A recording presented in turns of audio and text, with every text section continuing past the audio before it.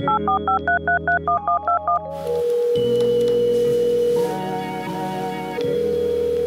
we're live. Welcome to Don't Be Coy. I'm your host, Unkle Lew, and today I have the honor, pleasure, and the utmost appreciation to have with me Miss Ashley Geralds. Ashley, thank you for being on the show. How are you doing this afternoon? I'm good, Mel. How are you? I'm doing pretty good. How was your week? It was good. Busy week, but overall it was a good week. Oh, okay. What's on call? I know your work week is a little bit interesting since you have a little bit of an interesting job. So, do you mind telling our audience a little bit about yourself and what you do? So yeah, sure. So active duty Air Force. Been in for 13 years now. That's crazy to say. Even every time I say that, it sounds so weird to say that I've been in for 13 years. Been in for 13 years. I joined back in 2008. Right after high school. I graduated high school in May and left off for basic training in November of 2008. So yeah, I was 18. It was kind of like, all right, that was my first time leaving mom for that long. So I cried. She still tells the story to this day, like, oh, I watched you drive. Like we had to get on the bus and ride out to the airport and stuff. And I was like looking like, man, what am I doing in my life? But anyways, here we are 13 years later. Um, been stationed in quite a few places. It's been interesting to say the least. Um, has its pros and cons, but it's been my life for 13 years, so Yeah. I'm rocking with it. Yeah. So I kind of want to talk with you a little bit about that. And I appreciate you. Well, one of two things. One, I appreciate your service. And two, I appreciate your vulnerability, especially with sharing that you cried right at the beginning, right? But like, yeah. what's funny for me is the fact that like I consider you to be like one of the most grounded individuals. Like you always seem very calm and solemn with your tones and like your energy and stuff. And so like I think that that's really impressive, especially like you said for the past 13 years you lived in all of these different types of places. So like, I wanted to kind of talk to you a little bit about that. You mind going into detail? Yeah. So, you mean about like me being grounded or everywhere I've been so far? Yeah, let's start there about all the places that you've been. Okay. So, I started out right after. Well, I started out in California. That's where I went to our tech school where we learned our job. I lived there for about a month and a half. So that was in Oxnard County in Cali. That was cool. I had never ever been that far away from home, especially on the West Coast. So that was dope. I guess I was 19 at the time, so still super young, figuring out life. But that was cool. So after that, my first assignment was in Alaska, Fairbanks, Alaska. Um, they told me like, hey, Ashley, they take you in this room. They're like, all right, hey, you're going to go here. And I was like, they said it was like AK on the paper. It had the abbreviations for the state. And I was like, what is that? And I was like, it's not Arkansas. And they was like, you're going somewhere cold. And I was like, cold. Anyways, they was like, you're going to Alaska. I was like, wait, what? A base actually exists there? So never in a million years would I have thought I would have been stationed in Alaska. Hmm. So I went off to Alaska. I was there for 3 years. From 2009 to 2012. Right after that, I got an assignment to go to Korea for a year. So that was super cool. Got a chance to visit Seoul and a lot of other things over there. I think right now that's still my favorite duty station. So Hmm. I want to go back before I retire. But Korea was cool. I was there for a year. After that, I went to New Mexico. The base there is called Kirtland. So I lived in Albuquerque for about a year and a half. That was cool. That was different to me too. At that point, I was going through like a lot of personal self growth things during that time in my life. So that one was probably my least favorite. Mm. But it was cool. I never thought I'd be living in New Mexico either. So that was a cool experience. Um, After that, I got orders to Florida. So I was in Panama City, Florida for 4 years. Um, and I think that's probably like maybe my second favorite, maybe. But it was cool. I met a lot of good people there, man. I really did. And I was closer to home at that time, so maybe that's probably why it's one of my favorites. I was like 6 hours away from home driving, so That was cool. In between that, I did deploy to Germany and Africa. Um, that was a great experience. Going to Germany, I lived in Germany for the most part during those 6 months, and then I would travel back and forth to different places in Africa every week. So Djibouti, Niger, Agadez. So that was super cool to get to see their culture and see what it's really like over there. And I met some really good people there too. Mm-hmm. And fast forward to now, I am stationed in Las Vegas, Nevada, the city that never sleeps. It'll be 4 years in October, so that's been cool. Maybe here is my second favorite. Um, it gets hot, but it's been cool. There's always something to do. Always, there's sports here. There's always concerts here. There's something happening 24/7 here. So the good food, and actually met a lot of good people. And one of my really good friends from Florida that I was stationed with there is actually stationed here too. So it's been cool. So that's pretty much all the places I've been so far. Yeah, no, that's really cool. Thank you for sharing that. Like, one of the things that I was thinking about while I was hearing you talk is like what I want to call this kind of nomadic stability, where you've had to move all of these different places and like Hmm. essentially grow as a person at the same time. Kind of like how you were talking about New Mexico was that time period where you had a lot of time for like self growth and like personal growth as well.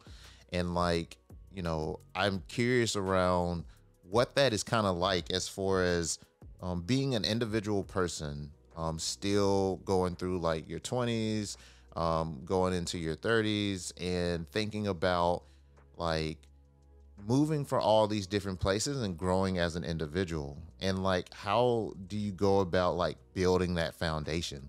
Like, how would you say that journey was for you as far as finding yourself through moving to all these different places? Um, I will say that it never gets easy. Um, it's always a challenge. It's almost like you're always starting over Mm, constantly. Um, and like living in the states and stuff like that. Uh, a lot of people might not know this, but when you're stationed in the states, and I mean like the states, but you don't have like a set time limit unless you're on a special duty assignment that says, hey, I'll be here for 4 years and I'm moving somewhere else. So normally in the States you could end up at a base for maybe 2 years, you can end up at a base for 8 years. I know some people who have spent their entire careers in one place. I mm-hmm. know a guy now, he's been in for about 15 years and has only been stationed here in Nevada. So it just depends. Some people don't want to leave. Some people want to stay. Maybe they're from that place and they end up staying there. But back to the question, it never gets easy. It's always constant. Like you gotta, you're like you're meeting new people, you're working with new people.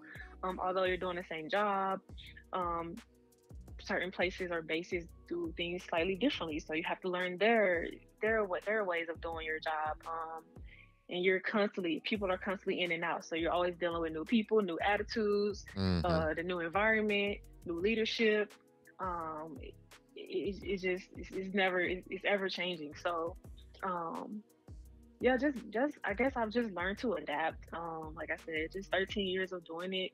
Like I said, it doesn't get easy, but I've learned to be like, all right, Ashley, it's time to go now. You got to pick it up and just go with the flow. Basically, Yeah. show up, do your best.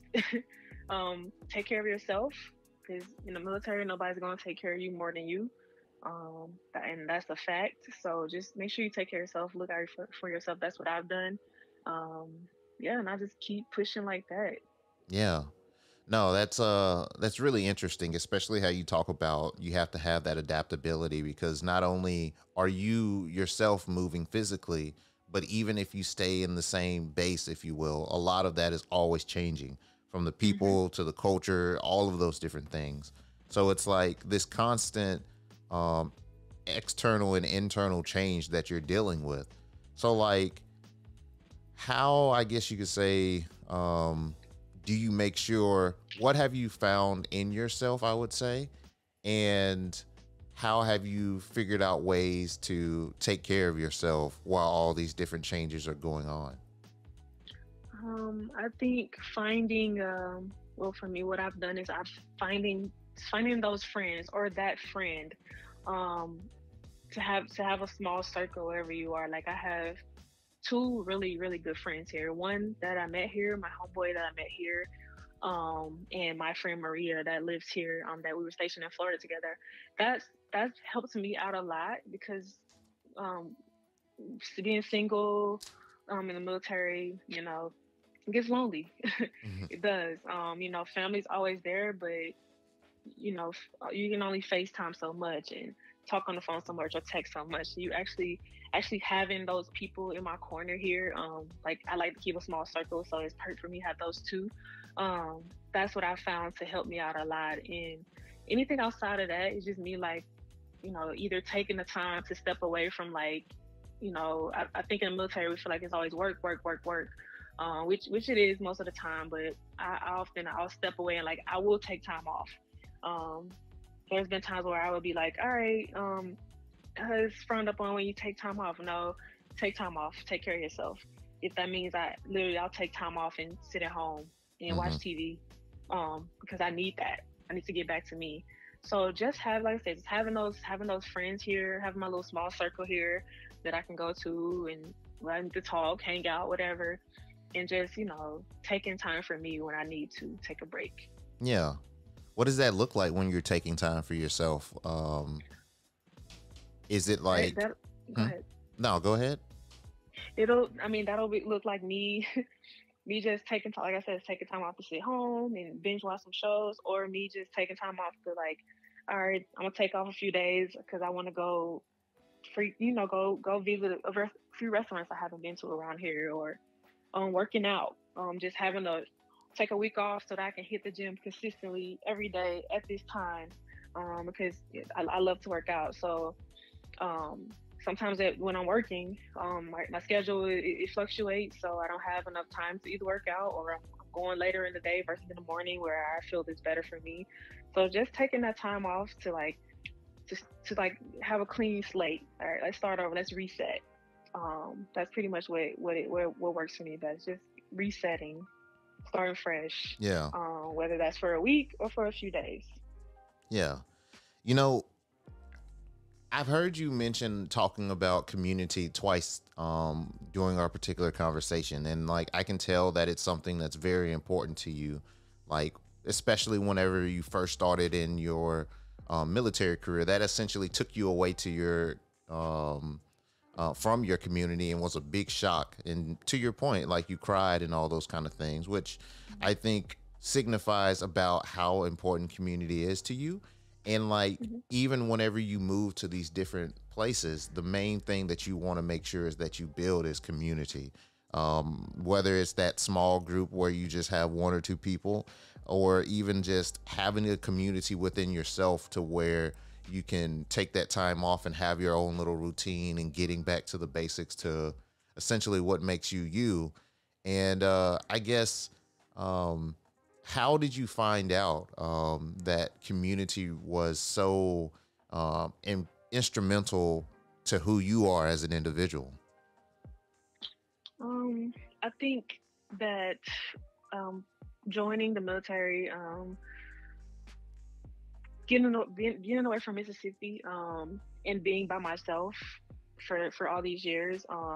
When I say by myself, I don't mean I don't have family that's there for me and all of that stuff. I mean, Right. it's like, as I move, I'm not married. I don't have any kids or anything. So that's what I mean by being by myself. I just realized that, hey, I need that community. I need those people. That helps keep me grounded for sure. Um, there's times when I'm like, man, what do I do? There's a 2 hour, 3 hour time difference. I'm like, man, I really need them, and I know that my community is always there for me, no matter when it is, what time of day it is, Mm-hmm. um, whatever. So I've just learned, like I said, being by myself has been like, all right, Ashley, because before that, I was always around family, whether it's my sisters, my mom, my grandmother, Brian. There's always somebody there. So coming to the military, I'm like, all right, I find my people. Um, and I stick with it. And I've been fortunate enough to meet some really, really, really good people along the way over these past 13 years. I'm super grateful for them. Some stay, some go, but the ones that that stay, they stay, and it's been really good for me. Yeah. No, I think that that's really beautiful. So like, what is your process for like building community? Like, I know you talk about how you have the fortunate opportunity where you have your friend that was stationed in Florida actually be stationed in um, Nevada as well. But like, I can understand or see the challenge of meeting new people in a new space when you yourself is looking for community in that, like, not necessarily thirst for it but that drive and that ambition for it. And like, how do you nourish yourself to start that journey to say, okay, I'm gonna start building my community so I can like start building my foundation? Um, Usually, I mean, you know me, I'm usually pretty chill, quiet to myself type person. I Right. feel like maybe over the last like I'm gonna say last maybe the time I've been here, even when I was yeah, I'm probably say the time I've been here in like maybe like through the last 6 years, I've come out of my shell a lot, and I'll go out to to meet people or make more friends or make friends before I would just kind of stay in my shell. And if I don't say nothing now, they don't say nothing. So, but that's how I met my friend Demonte. We would always be in the gym together. I would always see him, and we would be like, "Hey, what's up?" And we'd go on about our day or finish our workout. But then one day I just like, "Hey, man, what's up? Like, what do you do around here? You got family, friends, and found out he was the same as me, single, no kids, family not here. They live on the East Coast. So I was like, man, perfect. So and I also, of course, I feel like we all look for certain things and people that we want to be connected with for our who we want in our community to build that foundation. Mm-hmm. So we had similar interests, like working out. He's a bodybuilder. Just a lot of similar interests. So sneakers, that's a big one for us. So yeah, I just look for certain things in people. He's a go getter too. He's getting promoted in May. He's putting on the next rank in May. I'm putting on next rank next month. So it's just kind of Congratulations. like that kind of stuff. And my friend Maria, same. She's a master sergeant, E7. So like we all just I look for those things. I want to be in that circle with them. I want them a part of my community, a part of my foundation, so that we can build off each other as well. So I Mm-hmm. think that's super important. They say birds of a feather, right? Right. So I mean, I look into that. And I'm like, all right, I see what you're doing. I see how you're moving. Let's go up together.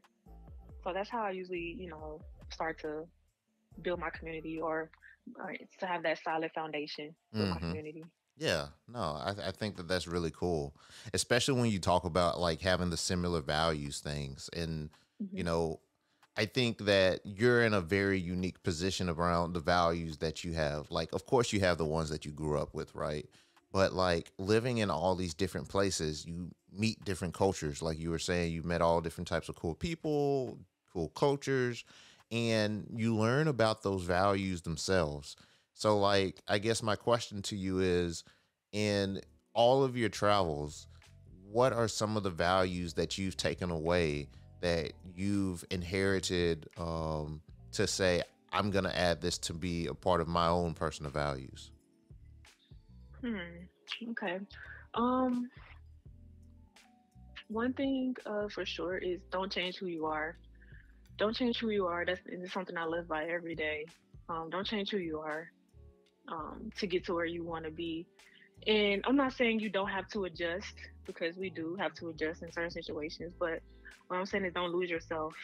Um, be you. Be yourself. Don't go out here trying to put on a different face because you want to get promoted or whatever. I've learned to be me. I'm going to be me. And if being me prevents me from getting that next promotion or whatever, then it's not meant for me, because I refuse to change who I am Mm-hmm. for anyone.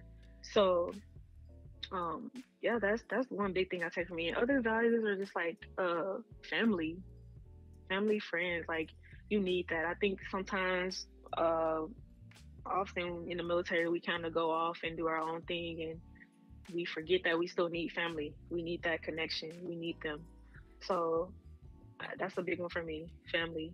What are the values? Just being kind, man. Like I can't. I speak about this a lot, even at work. You know, it takes zero energy, seriously, to be kind to someone. And that's how I've gotten to know people too. Made friends, just being cool and kind to somebody. You know, Mm-hmm. that's something I value a lot too. So those are like my main ones for sure. And like I said, my friends here, like you said, like you just mentioned, meeting different people from different backgrounds. My friend Maria, she's Dominican.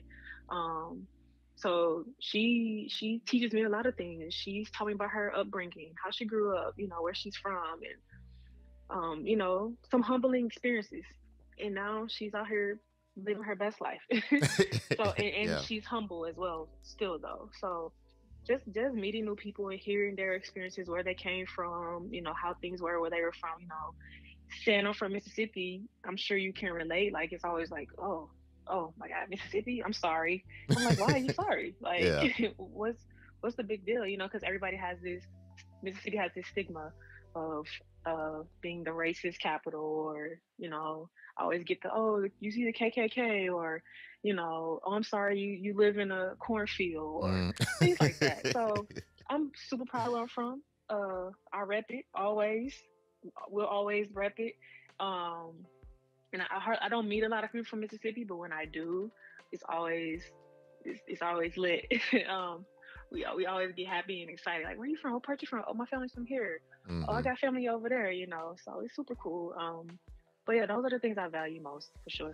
Yeah, no, I really appreciate the one that really touched on is like don't change who you are.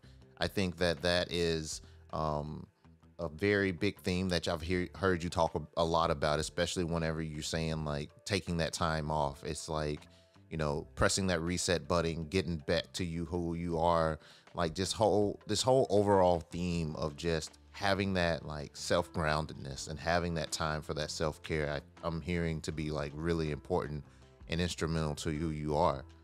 So like I guess a question that I have, because I've heard you talk about this as well as far as being single, like um, is that something that you would consider to be like as you're getting older and as like time is going by to be more of a priority for you?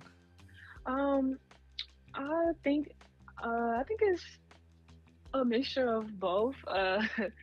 Um, it's it's tough sometimes being single, being married myself. I can't even deny that. Um, but at the same time, like I want to go in when I am with someone. There has to be understandings there. Being with someone in the military, who's also military, is pretty much easier. I would say a little easier to understand, or them to understand, because they go through the same things. We know the same things. We've been in this doing the same things together. Not saying like the same job, but just the military as general. And versus me, um, being with someone who's not in the military. Maybe they had a military background, military family, whatever. Um, if they don't, there's a lot of explaining, a lot of sometimes a compromise, a lot of, well, why, Mm-hmm. um, and why, and you know why you have to do this, or why you got to be gone for so long, or such and such. So I would say, I'm I don't want to be single forever. um, but yeah, it's a part of it, and you know, moving and stuff like that. Things get hard. Like if you're not married in the military, well, that person can come with you, but there's no like if you're marrying a military member, um, then it makes things easier for you guys to move around together and things like that. Whereas if you're just in a relationship with someone and they're also military, where you guys could potentially get split up at any moment. They Mm-hmm. could go to Cali and be stationed. You could be in DC. You know, it just depends, and that just puts, you know, just a burden on things. Makes things harder. So that's why a lot of people who are meal to meal, get married. Or yeah, because it makes things so much easier to move together Yeah. versus yeah, because the military is going to send you where they need you. And Yeah. if you're not married, then yeah, they don't really care. Yeah. No, I think you touched on something that really important there, especially it's like it sounds like the military from history, right? Like having a father who was in the military as well. Like I've seen like one side of that dynamic where an individual says, okay, like I'm going to join you on this journey and like be a part of that journey. And like the military having that forcing function that can either create long distance relationships or it can create, like as you were expressing earlier, um this forcing of being adaptable because things are changing all the time. And so it's like you have a choice of, do I want to be in a long distance relationship or do I want to endure the change all the time? And long distance relationships are a big thing, difficult thing to undergo, right? Like you have to, as you were mentioning, have to have understanding why certain things are taking place, understanding compromises that you have to make, the sacrifices that you have to make. And I think that it is relative, might not necessarily be the same thing, but it's relative to individuals who are pursuing their career or pursuing schooling and might have to leave where their community is to go to a place where, they don't necessarily know anybody. The person that they were with, they have the option to join them or, stay behind and try to do a long distance relationship. And, that's not really easy. And so I guess like for from your perspective, like with this military focus, like what are some of those type of understandings like an individual has to have, or I guess you could say the clarity that an individual should have whenever approaching a situation like this. I think it's important to know that change is inevitable when you're in a relationship with someone in the military. There's a there's possibly a lot of uprooting.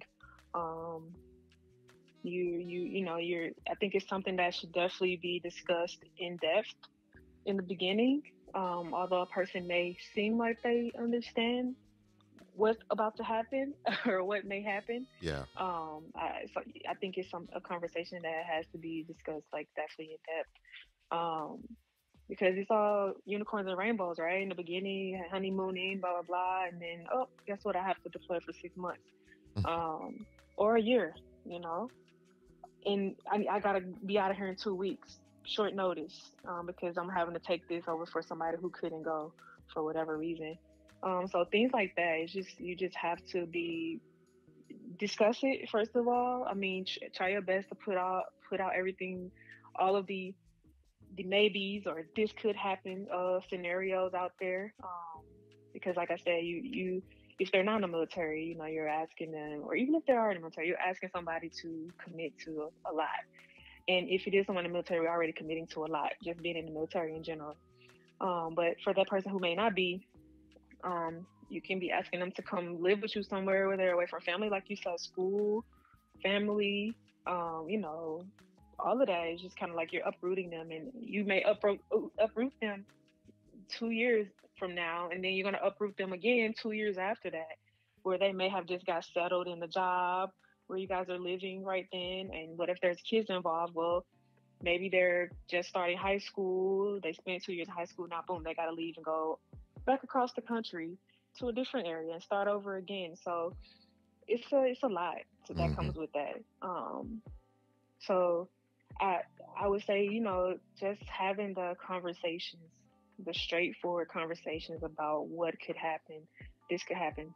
Are you ready for that? Are you prepared to do that? Or maybe we should, hold off. I don't know. I don't want to say don't get into a relationship because of those things, but it definitely has to be a lot of understanding there for sure. Yeah. No, if I'm hearing you correctly, like I really appreciate this because it's like you're giving the secret recipe towards a successful long distance relationship. Yeah. Because it's like what I'm hearing is like three C's, right? Like you have these conversations where you express like the commitment. Is this something that you want to do? Hmm. Right? For sure. Because it's not easy. And like having that commitment for whatever, however that may look like, right? Like commitment can look many different facets because mistakes happen, circumstances take place, whether one is in short distance or long distance, but Hmm. being committed to the relationship and how you define it, I think that that's very important. And then, like you said, having that clarity around and those straightforward conversations around what it's gonna look like. No, like, yeah, you may see me this time. Just be like straightforward. Yeah, probably not gonna see me, or like I got to do this at this particular time. Just providing that clarity so that even if the world doesn't necessarily know or understand, y'all understand. And I think that that's the even most important part. Um, Yes. and then you mentioned one last thing that I really loved the most, which was that compassion and having that kind of empathy towards what that other person is considering and putting yourself, but not necessarily behind, but like on the back burner to consider all of these other factors that this individual may be considering.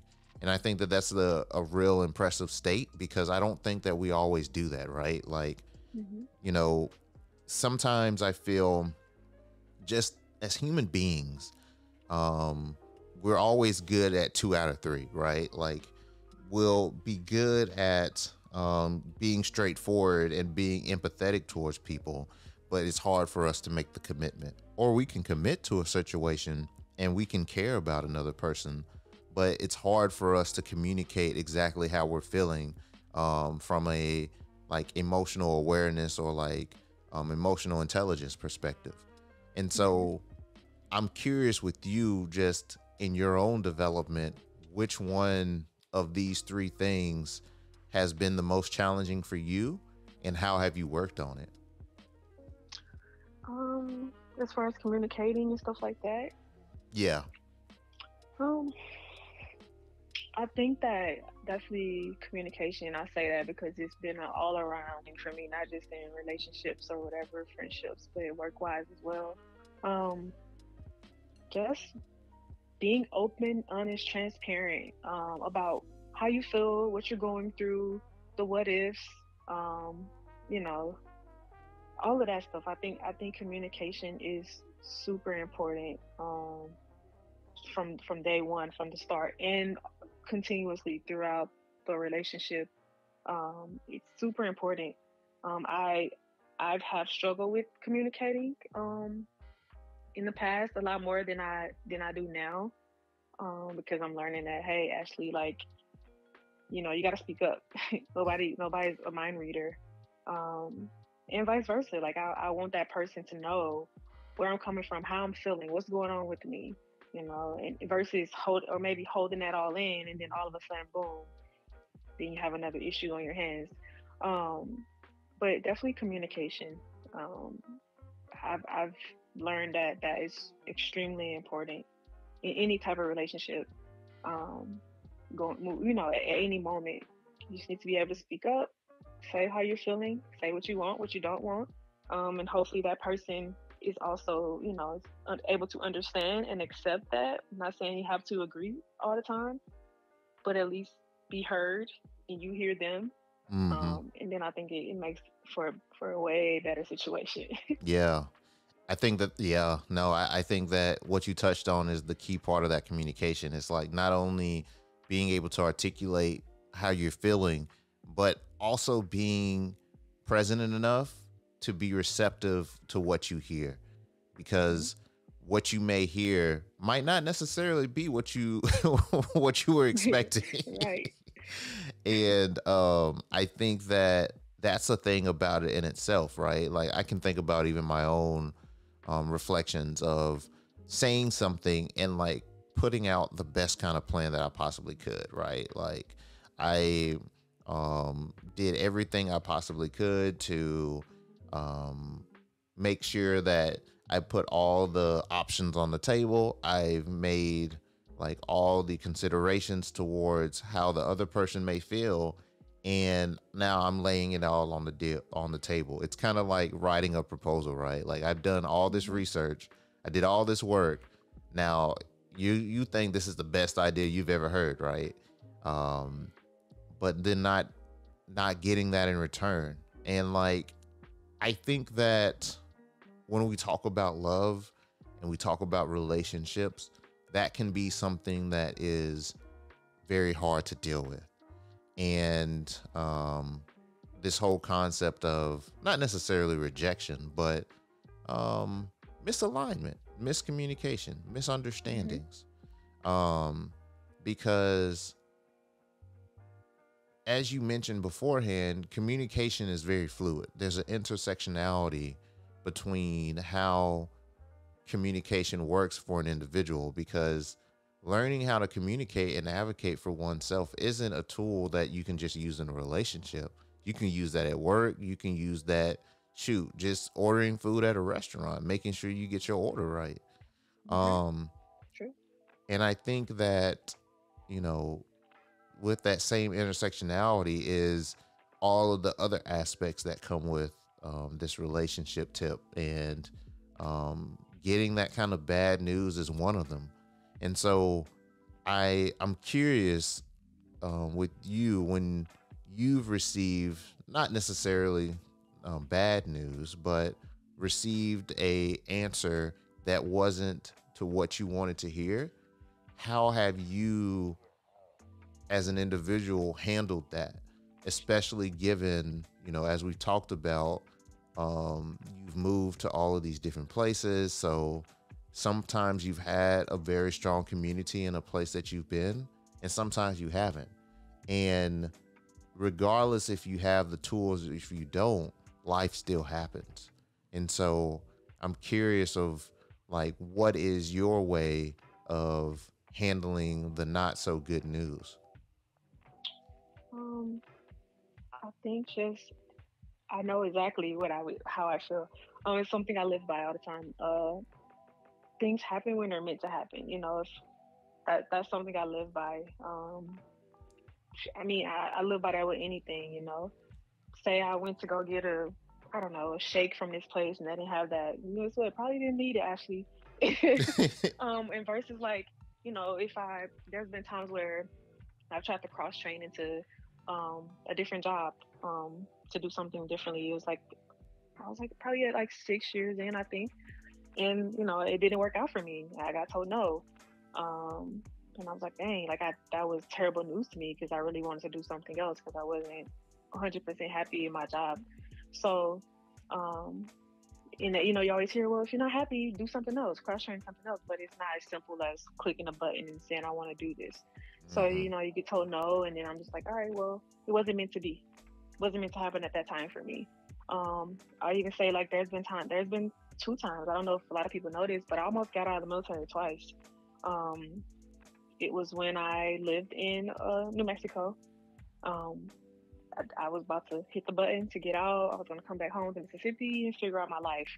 Um, and well, my grandmother knows and Brian knows and my mom kind of knows, but I made rank, so I stayed. Got to Florida. Didn't care for it. It wasn't really necessarily the area. It was more so the work. Mm. Not the work, but I guess the people. And I've learned in the military, like the military, the people really, really make a huge difference. Your community at work makes a huge difference. How things flow, how much you enjoy going there. You may not enjoy your job, but at least you're okay. You're cool with showing up every day and getting the job done. So yeah, I moved to Florida, and I was like, you know what, I'm over this. Um, I'll be happier if I just go back to Mississippi or wherever I want to start over at, and continue to get my degree and live life. Hmm. I may rank once again. So I stayed, and here we are, year 13. And at this point, I'm going to do 20 years, but just yeah, just having those obstacles and still staying through stuff like that. I'm just like, all right, it wasn't meant to be. It wasn't meant for me to go, or even getting that no when I wanted to cross train into a different job. I was like, all right, maybe I need to stay here. Maybe there's something for me here. Maybe there's somebody I need to cross paths with, um, that might need me. Not necessarily work wise, but on a maybe on a personal level, whether it's a coworker or friend or whatever. There's somewhere I need to be, and I need to be there for a reason. So that's why I'm still here. So I take it like that, and I like, all right, if it's meant to be, it will be. If it's not, it's not. And in due time or at the right time, it will be. So that's how I go about going through situations and circumstances like that. Yeah, no, I really appreciate that. I've learned a lot this entire conversation, especially about you, but like really about just this whole thing around um not necessarily life because that'll be way too broad, but like um navigating just the different circumstances that life can present, and like I guess you could say like the basic tools for it, because really and truthfully the way that I've just heard you talk about it this whole entire time is just being present and realizing that, hey, these are the circumstances that I have, no matter what life throws at me, good, bad, ugly, and different. Like, these are the circumstances that I have, and like, how am I going to change towards that and make sure that I can adjust towards whatever these changes are. And I think that that's a really and truthfully remarkable like tool to just like have as your back pocket, and like just to ground who you are as an individual. And so I just want to just thank you for taking out the time to speaking with me today. And if you don't mind, I want to go through some lightning questions, and I'll let you get back to the rest of your day. Okay. All right, sounds good. What is your favorite relaxation or self-care activity? I'm going to go with relaxation. I think I said it earlier. I'll come home, get on the couch, binge watch some shows on Netflix or Hulu with some snacks. Give me some Twix and some chips and salsa, and I'm good. That's definitely helps me relax. As far as like anything else, self care. Definitely hitting the gym. It's The gym has helped me in so many ways. Whether I'm just like, all right, actually working on a summer body, or um, just getting out, like releasing some, whether it's anxiety, stress, whatever, just getting in there, working through it, powering through that workout, um, turning my music on. That's another thing I do to relax too. Just chill, sit around, turn some Spotify, Apple Music on, build a playlist, and just chill out and just think, reflect. Mm, Those are a few things I do for relaxation and self care. I love it. I love it. What's your best book recommendation? That's gonna have to be. Recently, I read A Crazy Faith by Pastor Mike Todd. Super dope book. He is a super dope person. That brought me through a few tough days.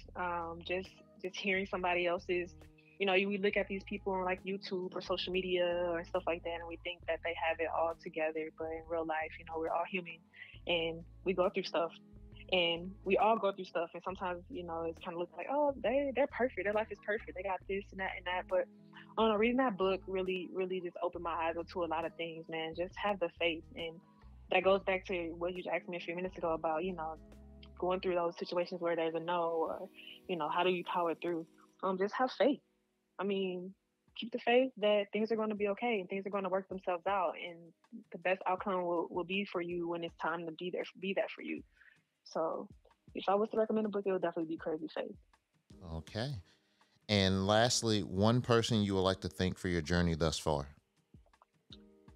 That'll have to be Granny. Mm, If you know me, you know me, I'm crazy on my grandmother.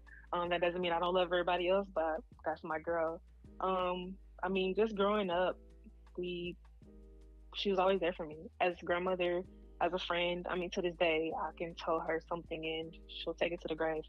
And I can open up to her about anything, everything. She's gonna be there for me. She's gonna pray with me, pray for me, check on me, make sure I'm good. I have to tell her sometimes, "Oh, let me take care of you." But yeah, definitely my grandmother, man. She taught me a lot. She molded me to be the woman that I am today. She has a very very calming, welcoming, kind spirit as well. So she's definitely the person that I look up to. You know, we can kick it. We can, you know, when I go home and visit, she doesn't want me out of her sight. um, so her and Brian are like fighting for my attention. Well, no, I'm probably fighting for both of their attention. But I mean, yeah, my grandmother, my grandmother, she's in my eyes, she's perfect.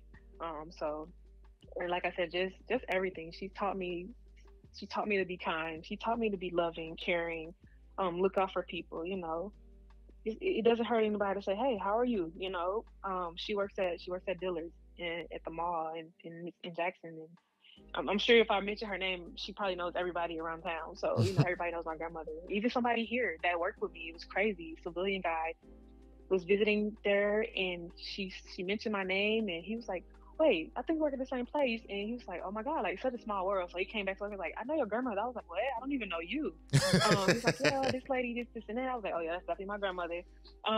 So she's just the sweetest person to me. She's helped me get through a lot. She's always been there for me, and again, like she just taught me so much about being loving, caring, and a thoughtful person. So that's my person. I feel that. I feel that. Well, I really appreciate you taking out the time again, and I'll let you get back to the rest of your day. All right, no, thanks. Thanks for having me on. Of course. This has been another episode of Don't Be Coy with Unkle Lew. As always, I'd like to thank this episode's guest for a great conversation, as well as thank you, the listener, for joining in. Whether you're a first-time listener or a regular, I always appreciate your support. If you like today's episode and ever want to listen to more, subscribe to our show on Apple Podcasts, Audible, Google Podcasts, or Spotify. And to join our community and access future bonus content, be sure to visit dbkpodcast.com.